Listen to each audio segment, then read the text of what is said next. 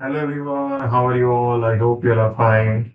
सो सबसे पहले अगर आप देखेंगे निफ्टी को देखते हैं, फिर उसके बाद बैंक निफ्टी एंड उसके बाद ब्रॉड मार्केट को देखेंगे। तो सबसे पहले अगर आप देखेंगे यहाँ पे तो निफ्टी 150 पॉइंट अप है। बैंक निफ्टी 488 पॉइंट, मतलब आज bank Nifty is doing better 0.82%। And आपका micro cap index 1% down, small cap 0.60%। तो broad market is in deep pain, या that's the message. So last वो तो काफी हफ्तों से हम देख रहे हैं कि निफ्टी जो large cap is like this and broad market is like this. So few more I think weeks, may be 2-3 months, मुझे लग रहा है the end is near about micro cap. और थोड़ा मेरे को लगता है may be 5-10% more from here, right? That will set the final bottom for the next rally. That is what I feel. But I think we will keep reviewing. But this is what the scenario right now. So let's look at the Nifty. So basically Nifty अगर आप देखेंगे ये area और ये area था जहां से sellers uh, but आज क्या हुआ यहाँ पे कहीं पे आप देख सकते हो ये यहाँ पे ओपन हुआ बाजार 9:15 को, फिर उसके बाद ऊपर गया, फिर नीचे सेलिंग आया and then finally market pushed back. और जो एरिया था जहां से सेलर्स आने चाहिए वहां पे रख गया। So for tomorrow what is important? Tomorrow is important, right? सबसे पहले आपको ये एरिया बहुत इंपॉर्टेंट है, 26,100 से 26,120। ये एरिया के नीचे नहीं जाना चाहिए। और दूसरा चीज इस फॉलो बाइंग इसके ऊपर आना चाहिए। अगर वैसा आया तो फिर हम ये हाई के ऊपर चले जाएंगे, अदरवाइज फिर से सेलर्स डोमिनेट कर सकते हैं। तो फॉर टुमारो ये एक चीज ध्यान रखा, 26,100 के नीचे अगर चला गया और 26,030 के नीचे चला गया तो फिर सेलर्स एग्रेसिव हो सकते हैं जो रिसेंट लो को तोड़ सकते हैं। अदरवाइज मार्केट यहाँ पे कंसोलिडेशन करेगा और फिर ब्रेकआउट आएगा, तो you can look for long. Daily में भी देखेंगे कोई एक्सटेंडेड ट्रेंड नहीं है, और वीकली में भी देखेंगे तो कंसोलिडेशन है। यहाँ पे 3 हफ्तों का जो अपमूव था और अभी consolidation is going on. Now let's look at the Bank Nifty. So Bank Nifty अगर आप देखेंगे near to all time high again, ये हाई था आज।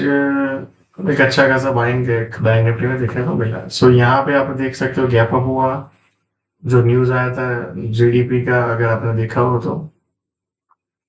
एंड उसके बाद वहां से सेलिंग आया, फिर पुल बैक, फिर सेलिंग एंड फिर सो बैंक निफ्टी इसके नीचे जाके सस्टेन नहीं होना चाहिए वापस, और फिर ब्रेकडाउन नहीं होना चाहिए। अगर उसके ऊपर ही रहेगा बैंक निफ्टी तो ये लेवल्स है आपके लिए।